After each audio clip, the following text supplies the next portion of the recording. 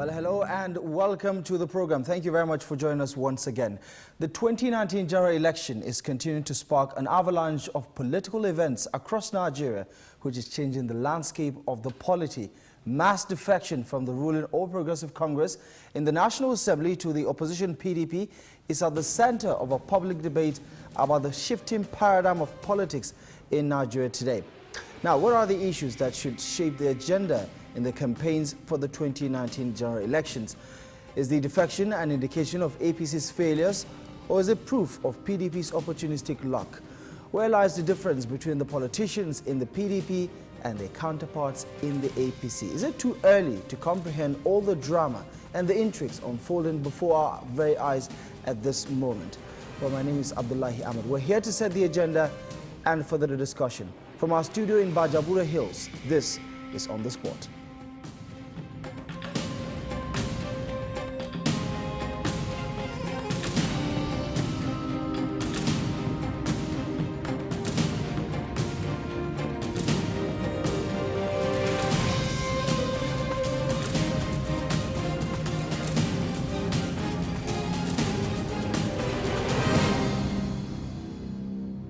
Thank you very much for joining us on the spot. All right, let's get to the heart of the matter, shall we?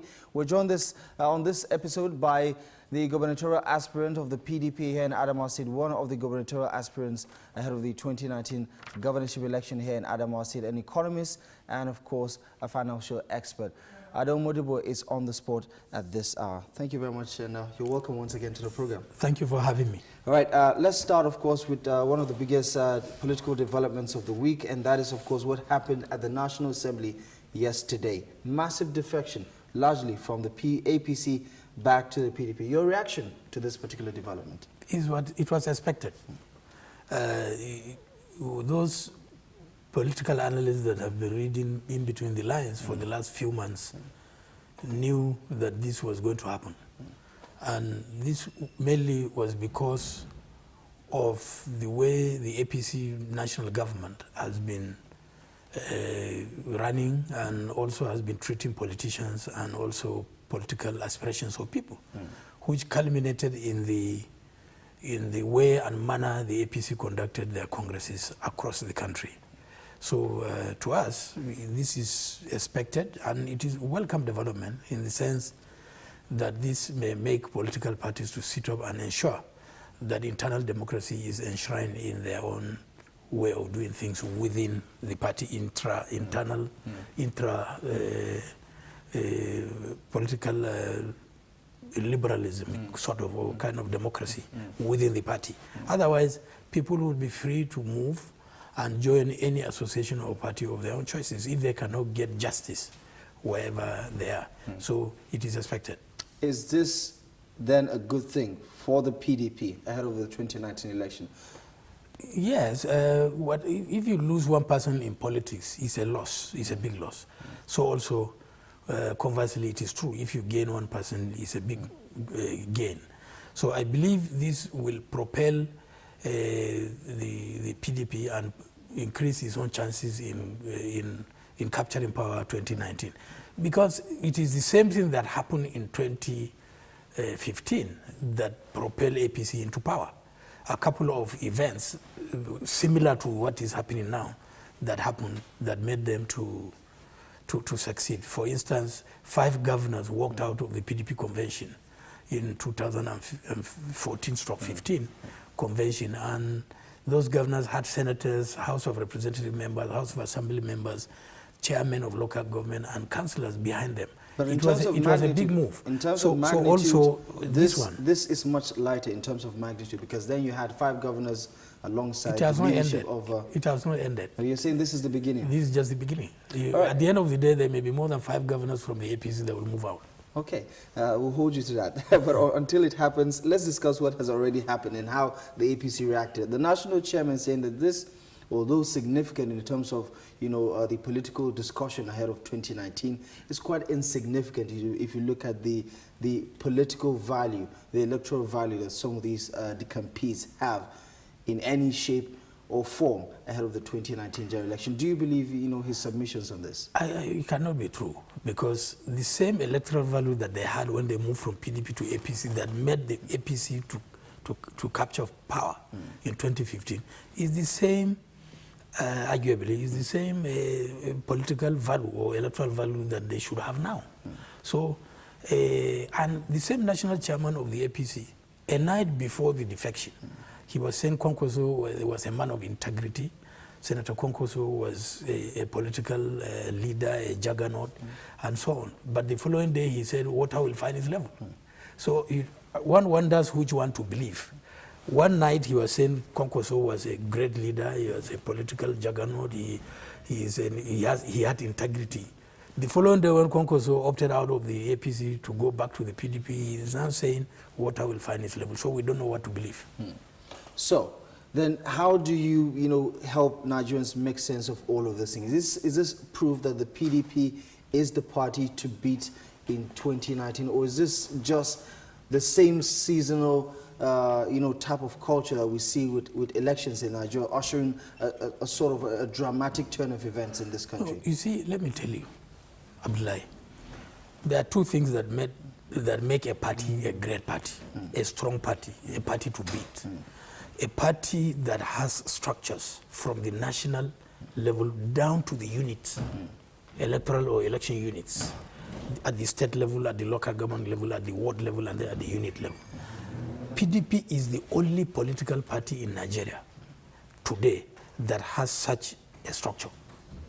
Regardless of whether they have failed to win power 3 years ago or not, forget about that. The PDP made their own mistakes at both the national level and at the Adamu level. And the mistake was political impunity. There was no internal democracy. They imposed candidates. The congresses were conducted with reckless abandon and so on. The same thing happened here in Adamu, and that's why PDP lost.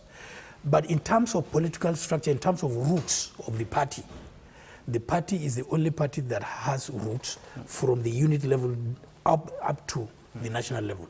APC does not have. Or fact? Because the APC would argue that, based on what even happened earlier this year. When did the APC come to life? We're talking about the formation because they were a conglomeration of the CPC, the ACN. That was the second point I was going to make. Exactly. That was the second point I'm going to make. The first point that makes a political party is structure, if you have a structure. Secondly, APC as a party came to being only in 2015, less than 6 months to the general election. It was not a political party established with structures and roots from the national level down up to the world level. It was just a marriage of convenience for the purpose of winning the general election. And they won because of, as I told you earlier, the impunity within the PDP and the lack of internal democracy. Politicians protested and revolted and left to the APC. And that gravitated the chances of winning election from the PDP to the APC, and that's why they won. However, after winning, APC as a government should have settled down early enough to concretize their victory by delivering dividends of democracy. And then secondly, the party itself should have settled down to begin to work to establish the structures of the party within the last 3.5 years, so that come 2019, they can compete as an established, strong party like the PDP and retain power. However, we are all witnesses. The government has not settled down to deliver the dividends of democracy. It took the government 6 months to appoint ministers. It took the government 3 years to appoint boards and parastatals. And of course, and it's understandable. The president was not feeling good. He had to be hospitalized, and that took toll on his health and also on the administration. But be that as it may, governance is a continuous process. Governance cannot wait until a president gets well, and so on.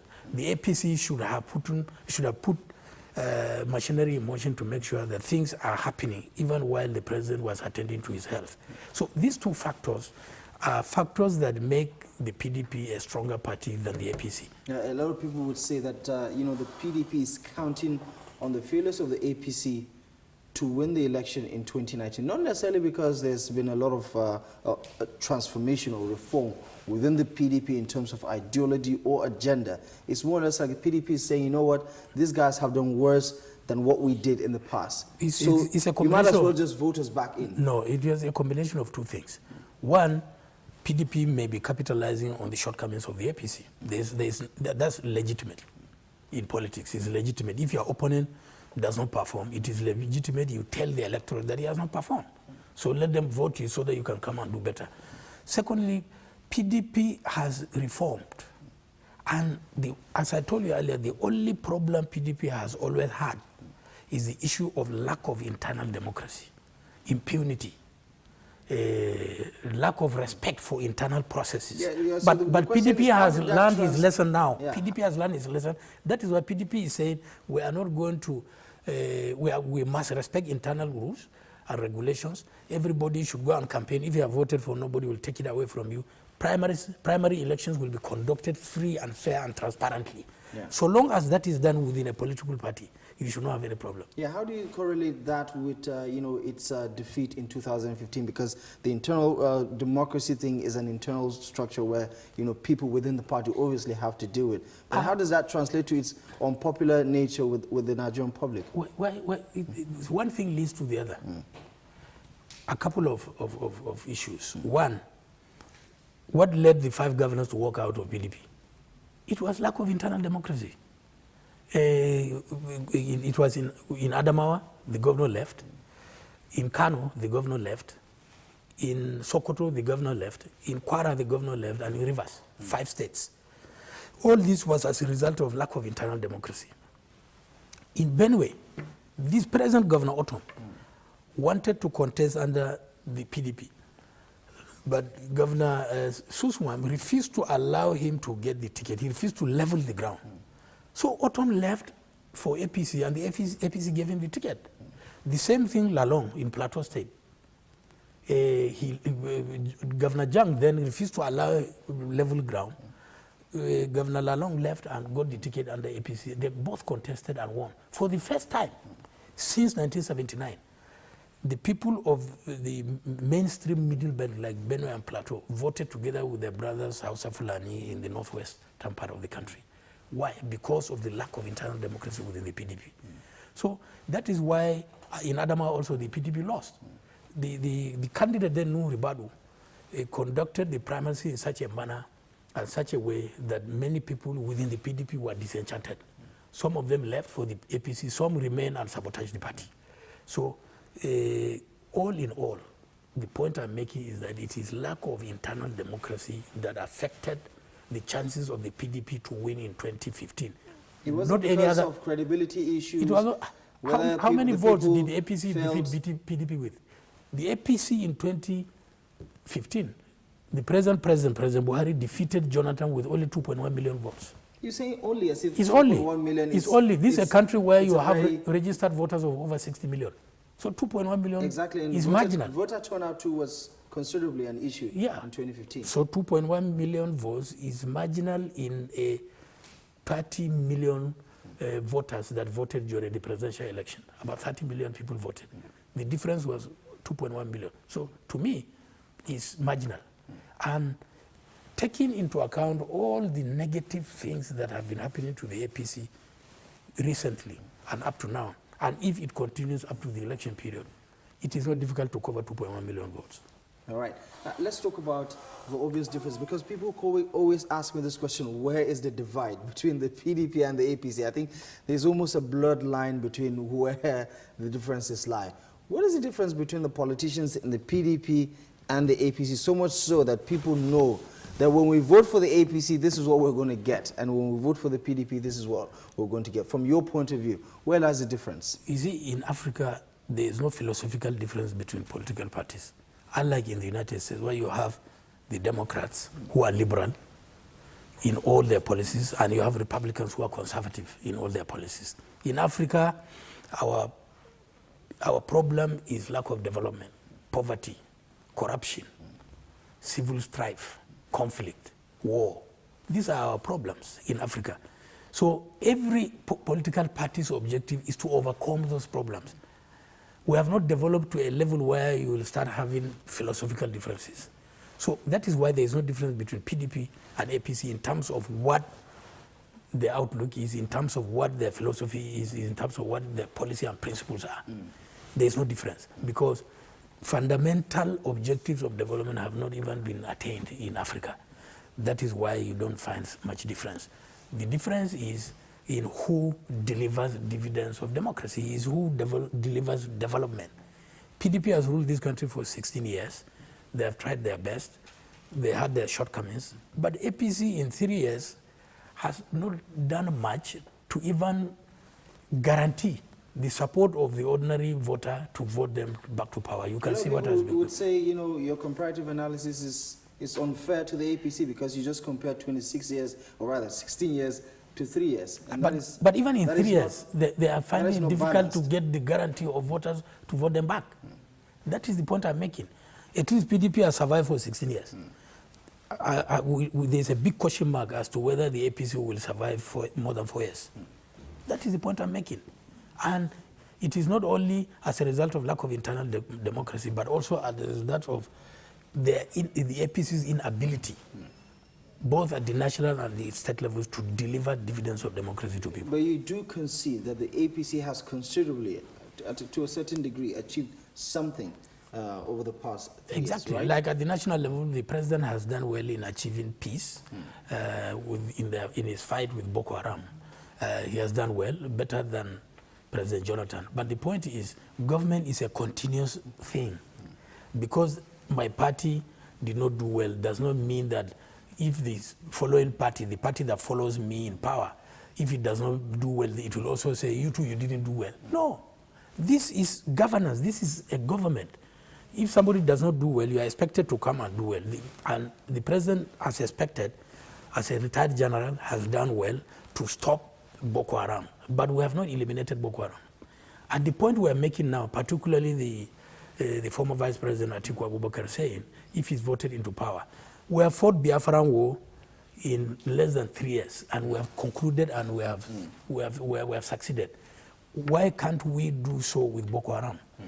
Is one thing, yes, you have stopped the spread of Boko Haram, but let's comb the whole of Sambisa forest, arrest or kill Shekau so that we know we are finished with Boko Haram. And so the opposition party, a lot of people have accused the PDP and politicians within the fold of the PDP of, playing the blame game, the same tactics that the APC use as an opposition party. That whatever they say is always about what the APC has failed to do or has failed to achieve. I have just commended the president for fighting Boko Haram. I have just commended him. Well, the commendation is coming. I have commended him with a very big but. No, but I have commended him, and as a citizen, and as an opposition political party, we are saying do more. You have enough time. The president, when he came to power, he said he came to power in May. He said all the military high command should move to Maiduguri, and by December he wants to hear no more about Boko Haram. Have we stopped hearing about Boko Haram? He gave deadline of December 2015. Now we're approaching December 2018, 3 years. Boko Haram is still bombing people. But we have agreed. Pockets of attack. Pockets, yes. Even if it is one attack, it is an attack. We don't want to. What the citizens of this country are saying, you have done very well in arresting Boko Haram's spread. Well done with that, but do more. Don't allow these people to regroup and come back. Because if you don't obliterate them completely, they will regroup and they will come back. All right. And then the next thing would be that while the PDP is also promising to do things differently or promising Nigerians all sorts of goodies in 2019, it is very short on specifics. Some of the promises are quite vague. We'll get to talk about yours in particular with regards to Adamawa State, but the alternative, a lot of Nigerians really want specifics. This is what I'm promising. This is how I am going to achieve all of those things within this particular timeline. We're hearing very little of that in PDP's supposed comeback. I don't think so. I am an aspirant. I want to run for the office of governor. This is my manifesto, in addition to the PDP manifesto. And I call it my contract with Adamawa voters 2019. Whatever I intend to do in the first 4 years of my administration, if I'm voted into power by our people, is all contained here as a promise. And I've not seen any candidate who has done this. Neither have I seen the incumbent governor having any articulated program of what he is going to do or what he has even done in the last 3 years.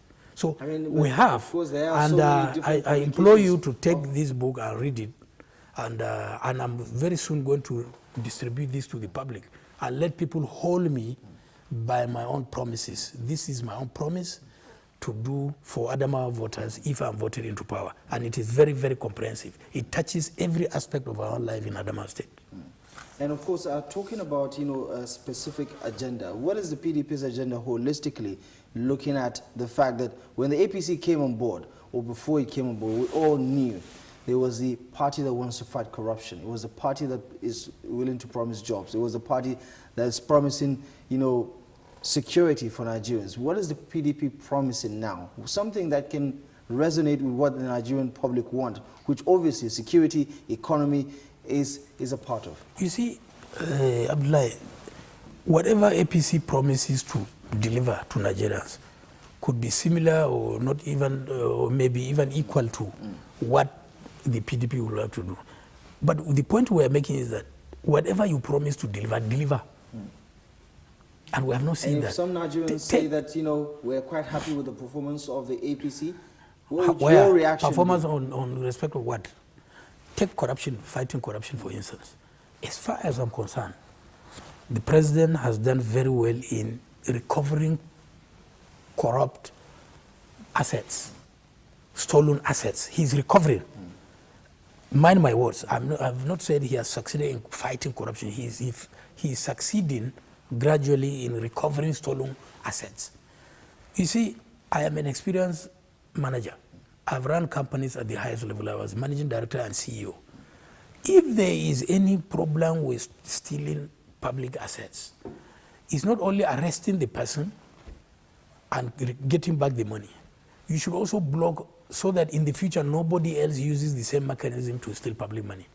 So fighting corruption, to me, should be a comprehensive, integrated plan on how to stop corruption. And you're saying what is currently obtainable is not that? It is not that. This one is just an interception. They are just intercepting stolen assets and recovering them back. A lot of people would say that this is the short and the long-term goal of fighting corruption. Where is the compendium? And what you're alluding to is the short term. Whatever you are going to do, there has to be a policy plan. What is APC's policy plan to fight corruption? I've not seen it anywhere to read. Show it to me. I mean, we're fighting corruption, so it's not something. You are not fighting corruption. As far as I'm concerned, you are recovering stolen property.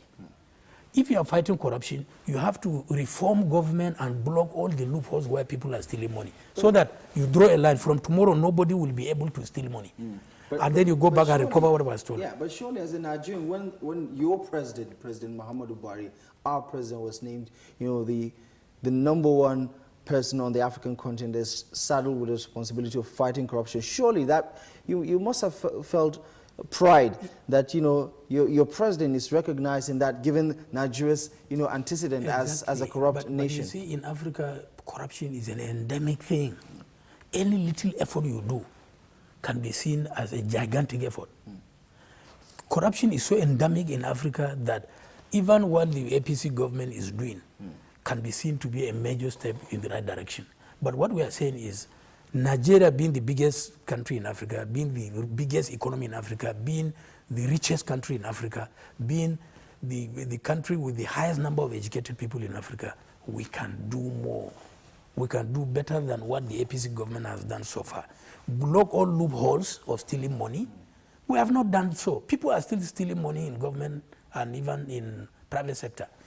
Then try those people who have stolen money before and jail them.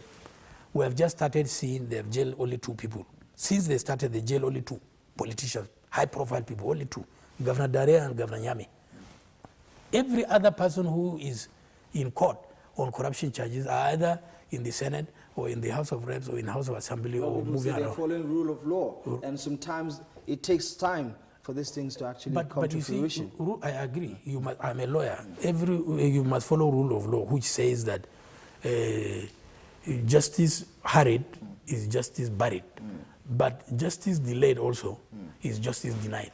Why delaying the trial of these corrupt people? It's in the domain of the judiciary. You blame the presidency for... The judiciary is just one arm of a whole government. Who is sitting at the head of that government?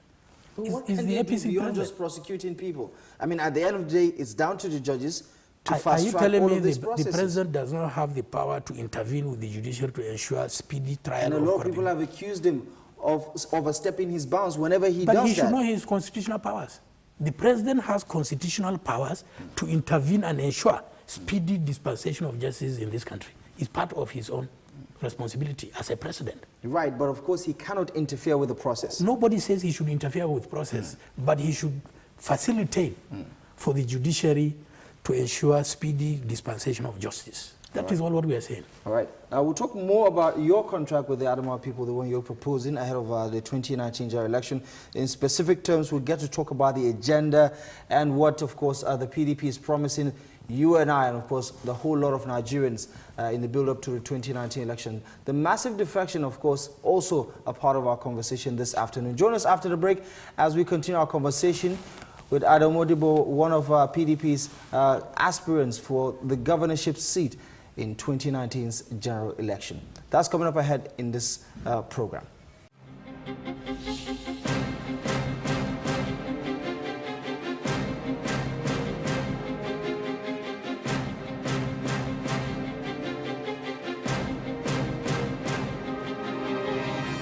Welcome back to the program. All right, breaking news. Just reaching us from Benue State indicates that Governor Samuel Ortom, formerly of the APC, is now no longer a member of the APC. Another minus for the APC, and you can almost guarantee yourself that that is a very big plus to the PDP, because according to this report, he has presented his letter of resignation, no longer, of course, recognizing himself as a member of the APC. Now he will be rejoining his former political party, the People's Democratic Party, PDP, in Benue State. So, of course, we expect this to further add fuel to the fire that is already burning in the political arena. Once again, this conversation is, of course, focusing on the build-up and how things are shaping up ahead of the 2019 general elections, and how PDP's comeback is indeed continuing to gain a whole lot of momentum. Our guest today is Adamu Modibo, a PDP gubernatorial aspirant in the Adamawa State governorship election that will be coming up in 2019. All right, your reaction? I told you that was the beginning. Earlier in this program, I told you the National Assembly defections was the beginning. This is a continuation. I wonder if you could tell us more about what's actually going to happen, so we don't have to anxiously wait. No, if I tell you, it will not be a breaking news anymore. So wait as it happens, you get the breaking news. This, obviously, a great addition to the PDP. Your reaction? Definitely. It is a great addition. In fact, that automatically shows you that the APC has lost Benue State. Does it? Yes. Because I remember, I mean... They have lost Benue State, not only lost the government. In 2015, I can tell you the APC defied the odds. Adamawa State was a PDP state back in 2015. Yes. APC won. But so don't forget, is it too early for us don't to forget the analysis I did for you earlier in this program. I told you in Benue State, for the first time, mainstream middle belt, our brothers and sisters in the Christian middle belt, since 1979, did not vote along with the Hausa Fulani brothers in northern Nigeria until 2015 when they voted for Buhari. And the reason was that Governor Ortom of Benue was very popular. He was in PDP. He wanted to run for the office of governor, to be the candidate. The then Governor Susman refused to level the ground for him. He refused to allow him. So he defected to APC. He came to APC, and APC gave him the ticket, and he won. Today, he faced the same challenge in the APC. They refused to level the ground for him. And also, in addition to leveling ground, the security situation in his state, the generality of the people of his own state blame it on the APC national government. And he knows that if he insisted to remain in APC and contest 2019 election, he will not win. And that is why he moved back to PDP. And let me tell you, all politics is local. It is the local condition in your own place that determines your national outcome. Because a lot of the issues are that, you know, with regards to Benue State, for instance, yes. the killings must have made APC an unpopular party. It's not only in Benue State. There are killings in Taraba, there are killings in Plateau, there are killings in Nasarawa, there are killings in Adama. We have a PDP administration in Taraba State, so I wouldn't think that the people of Taraba State would bring in the APC as a result of But we have not seen the sign. It's not like Benue. We have seen the sign. The Benue people have said they blame the APC. But don't forget, even in Taraba, even though it is the PDP that has the government house in Taraba, the police and the army do not belong to the PDP government in Taraba. But belong to the national government, which is an APC government. So right. The Taraba people are not blaming the PDP government in Taraba because the law enforcement agencies belong to the national government. Of course, we have to acknowledge that we're just discussing it in the shape of the escalation, because this is not something new to the APC administration. These killings, these herders, farmers clashes has been ongoing, even under the PDP administration. Nobody is blaming the APC government of starting these killings. What we are blaming the APC government is for the clear lack of capacity to address these issues, these problems. Stop it. You have army, you have air force, you have navy, you have police, you have everything. Stop these killings. We have always, even during European colonization of Nigeria, harder farmer conflict existed. But then it was handled properly and it was addressed or checkmated. Yeah. What is happening now, the Nigerian people are complaining that the APC government has not done anything tangible to stop these killings. All right, stop the killings. Yeah. As students of history, when someone asks you and say, Mr. Modibbo, how do you defend this when they say what in the history of the PDP guarantees that when the PDP comes in 2019, it can solve all of these problems? Because one of the reasons why Nigerians decided to go for another party is because PDPs had this inadequacy, this incapacity to also handle the same issue that the PDP is using against the APC. PDP is a political party. It's just a legal entity. It's lifeless. It's not a human being. PDP in 2015 was epitomized by President Goodluck Jonathan, who was their candidate. PDP in 2019 will be epitomized by a different candidate. Hopefully, Waziri Adama, former Vice President Atiku Abubakar. So it is the candidate, or at the end of the day, the president, whoever is elected, is the president that develops his own policies of how to tackle problems, and then he is the one that deploys all government resources to be able to implement the policies that he has drafted.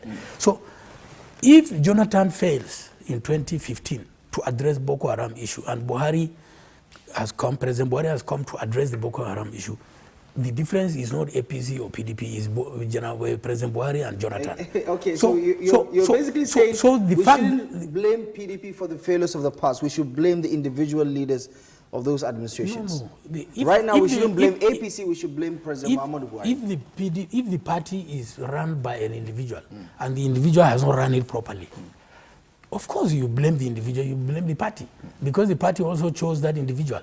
The party should have internal mechanism of checks and balances in ensuring that their chosen leaders act and behave and operate in a manner that will be in accordance with the wishes of the people. Right. So what is the message right now do you think that the PDP is telling, or what message do you think this defections, this massive defection is sending to the Nigerian people? Because a lot of people, there's one issue that is polarizing a lot of Nigerians. Nigerians really don't know what to make of some of these defections. You see, psychologically, these defections will dampen the morale of APC supporters because they have been disappointed by their leaders of their own party. They have not been able to handle small problems and allow those problems to snowball into major issues, which has now become a national crisis for the political party. Crisis that potentially can extinguish the party out of power. Is that the worst case scenario for the PDP, for the APC? Of course, that's the worst case scenario for any political party. If your internal crisis... the PDP survived it, so why are we talking PDP did not survive. Terms? PDP lost the election. Yeah, but PDP is still a political party. No, I know. You right can regroup. Political party is a dynamic thing. PDP's worst case scenario in 2015 was to lose the election, and they did. So what is facing the APC now is their own also worst case scenario, which means they may lose the election potentially with this crisis. And PDP is having experienced it in 2015, has learned from their mistakes, and they are watching now. PDP's only challenge now to me is to manage these successes that they are experiencing. Let them manage it well and ensure that they capitalize on that and win the 2019 general election. And it's doable. Right. Speaking in context now, let's turn our attention to developments in Adamawa State. A lot of people would, propose that Governor Bindo has insulated himself from the failures of the APC at the national level by considerably consolidating on the goodwill in his victory from 2015. Would you agree that there's very little to, pick in terms of failures under the Bindo administration? You see, I don't like criticizing Governor Bindo because I see him as my younger brother. But because I see myself as his senior brother, I will advise him, not criticize him.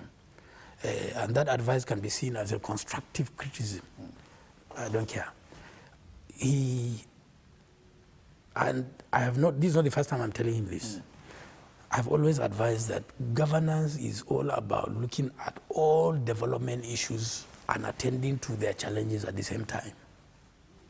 It's not, you don't isolate other programs, you keep them in the drawer and take only one and say, this is the one you will do. To that extent, he was wrong. He has done He didn't do that. A lot of people would say he didn't do that. I mean, the circumstances... They are entitled to their opinion. Yeah, the circumstances presented itself in such a way that some of those issues would have to be put in priority. And of course, the top priorities would have to be attended to first. How can you prioritize education? How can you prioritize? There was a declaration of a state of emergency. But what have you have to acknowledge that? How much investment? Let us know the details. How much investment has the Bindo administration put in education? What are they doing with that investment? How many primary schools are built? How many science equipment are brought? How many textbooks are brought? How many children are enrolled in school? How many are brought out of a situation where they don't go to school? Let me tell you, about 80% of our school-age children in Adamawa are out of school. Is that a verifiable statistic? That is the statistics of Federal Office of Statistics, Federal Bureau of Statistics. I'm quoting from Bureau of Statistics. So how many of them has he brought back to school? How many of them have passed common entrance compared to 2014? How many of them have gotten entrance into secondary and senior secondary school? How many have passed WAEG? How many have gotten into university? These are indices that can show the success you have recorded on any policy that you have implemented on education. And then someone would say the first thing is, of course, security for them to actually go to school in the first place. So, because prior to his victory in 2015, parents don't actually feel safe to actually send their wards to school. Now they can actually do that. Boko Haram occupied 7 local governments in Adamawa State in the north, the Northern Senatorial District and Gombe and Hong. Fine. Now Boko Haram has been expelled out of those areas. How many Boko Haram destroyed primary schools and secondary schools were rebuilt? We need to know the statistic. Where are they? Where is the statistic? So you're not saying that he didn't do them? I am saying he didn't do them to the extent that we have not seen anyone that has been done. Okay, then how about other achievements within that same sector where today the teachers' morale is higher than ever? For teachers' morale, have they been paid salary? Have they been paid salary? They have, actually. For how many months is government owing them? Well, based on what I know, it's teachers quite are insignificant. Being owed. Teachers are being owed, even if it is half a month. You are not supposed to owe any government worker salary, even for 1 day. Wouldn't you give him pass, actually, for achieving something such as that? Because you look at your neighboring Kogi State. As I told you, I said I did not condemn Bindo as a total failure. Okay. But I'm saying he could have done better based on the resources that he had. If I were him, I would have done better.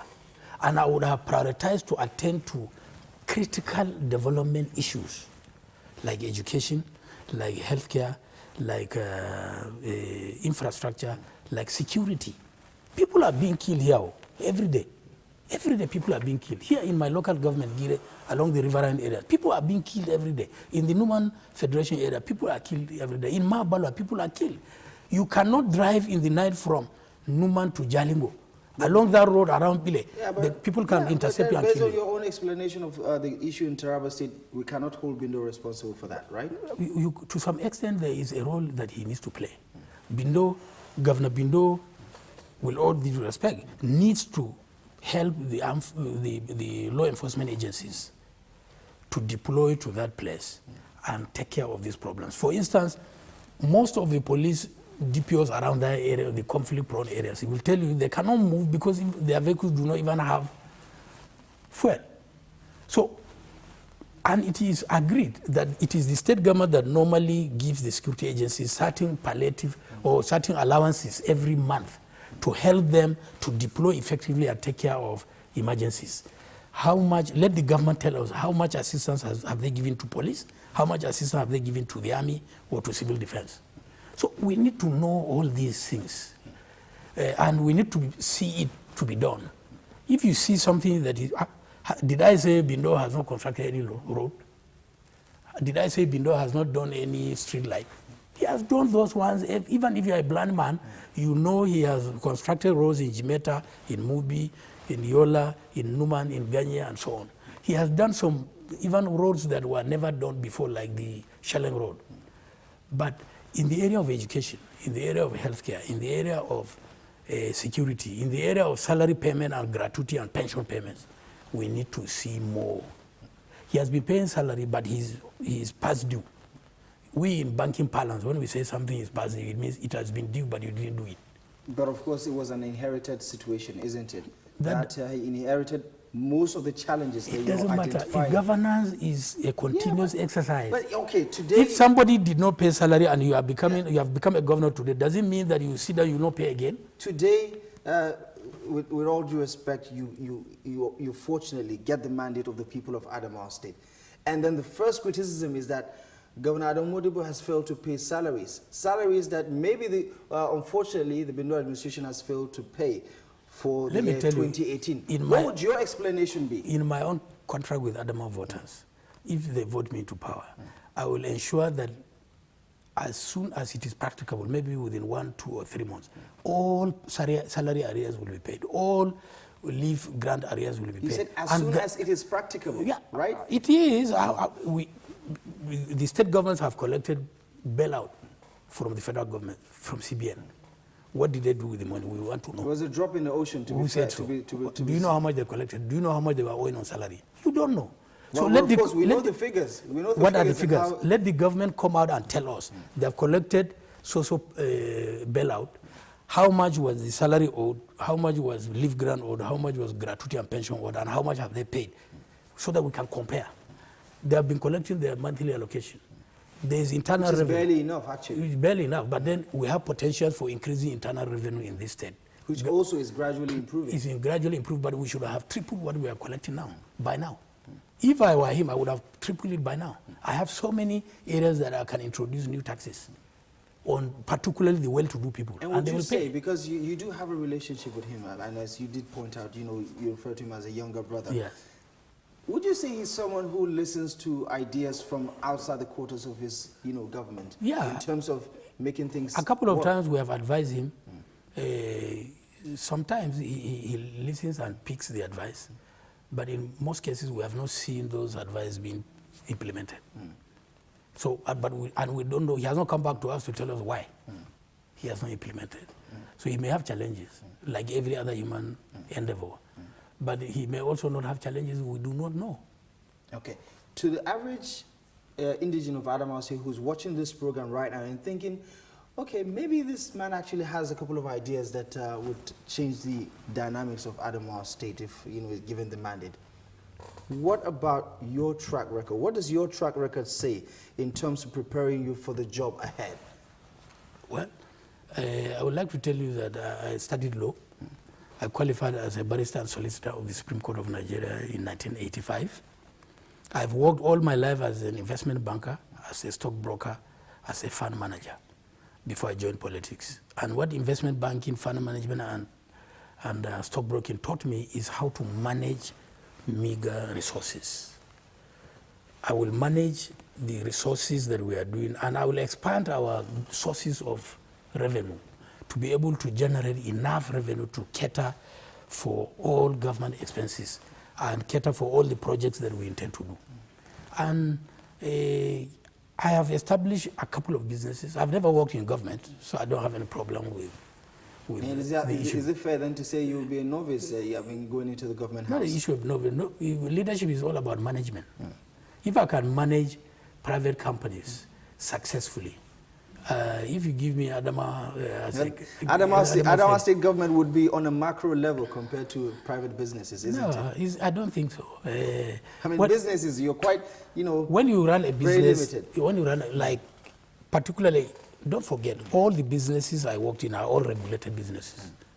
There's a difference between running a bank, running a pension fund administration company, running a stockbroking company, with running a local government, or running a farm, or running a transport company.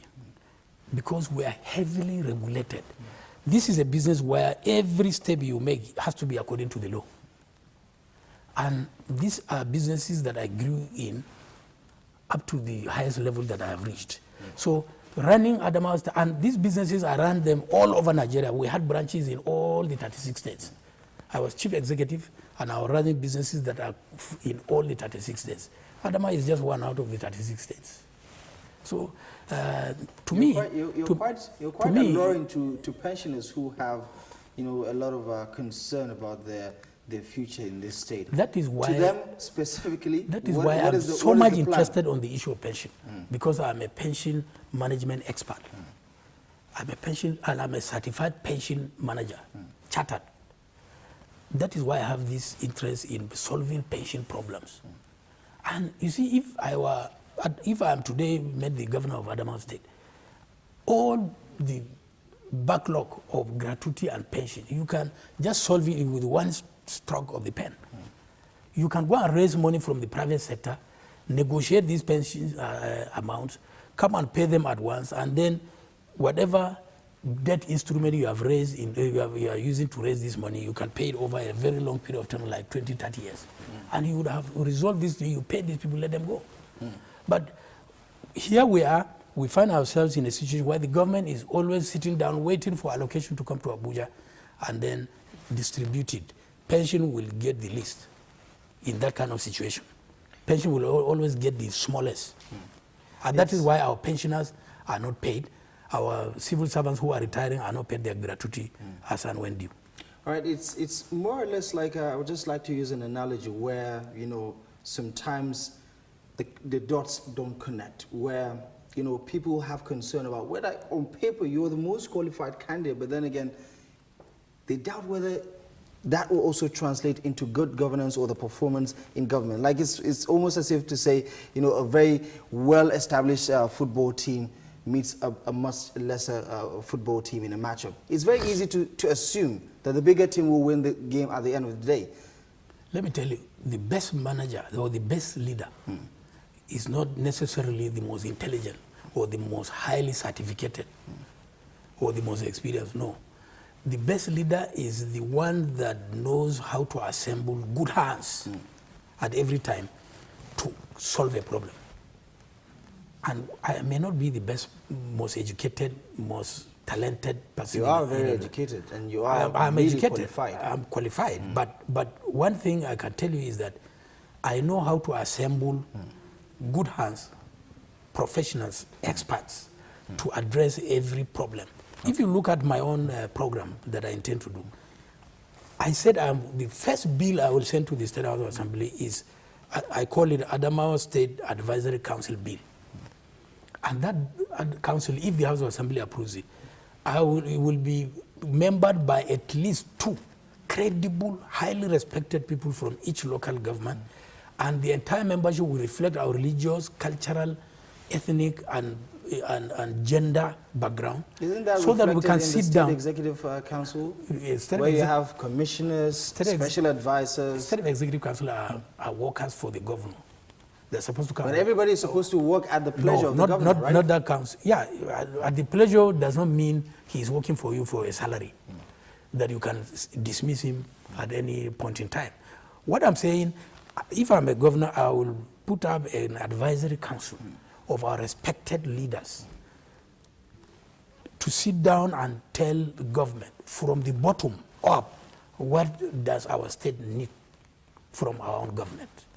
So the governor is not going to sit down and say, I want a borehole in Gire today. I want a police station in Guyuk today. I want a fertilizer in Ganye today. No. From each place, it will come bottom up what development needs that you have, and then government will now draw up policy and programs around those needs of the people and appropriate funds to be able to implement that. And that advisory council will be involved in the issue of implementation. For instance, if I award a contract to renovate the Yola Specialist Hospital, I will get credible elders that will liaise between government, the contractor, and making sure that the contractor is paid regularly, and making sure that when the contractor is paid, he also works. It is in addition to any supervisory role the House of Assembly may have, and in addition to any directory role the governor may have. We have to involve our own people in what we do and how we do it. Okay, while some may debate whether that is in short supply or not, just like to go a little bit further into the contract. You talked about fighting corruption, accountability, good governance, and you said special focus shall be on the administration if you eventually get the mandate, shall be made on fighting corruption and blocking all loopholes that make corruption thrive in the government. Consequently, government shall work cooperatively with EFCC, ICPC, and the police in the investigation, detection, and prosecution of all corruption cases in the state. To promote accountability, you say that the government shall hold periodic town hall interactive meetings with citizens throughout the state, which shall be covered live in the mass media. Good ideas, but a lot of people will say it's a bit vague. It's more or less like about what you hope to do, not how you're going to do it. Would you say that your promises are short on details? It is not. That is what I intend to do. How you do it will depend on the leverage the House of Assembly will give you in terms of powers of what to do, in terms of appropriation, and in terms of oversight. Secondly, how we are going to do it will also depend on what you find precisely on the ground when you go into government. And thirdly, how you will do it, it is when you go into government and know the kind of human resources within the civil service that you have of implementing this, that you can now draw a plan on how to do it. So to me, how to do it is not as important as what to do to solve problems. How to do it, you do it when you get there. And did you arrive at this contract all on your own, or is it I wrote it myself. I did not give any consultant to do it. I sat down to write this by myself. Of course, the ideas is it accumulation of people's ideas? Did you interact with the people to get to know what people want? I have been in this terrain since 2001. Of course. The last 17 years. I have been moving around our state, interacting with our various people, interacting with our leaders, interacting with our followers for the last 17 years. I am the most experienced gubernatorial aspirant among both political parties, both PDP and APC. When I started running in 2003 under the ANPP, most of the present aspirants were not near the political space. So I know, I have interacted with our people. I have traveled widely in this state. There is no place in this state that I do not know.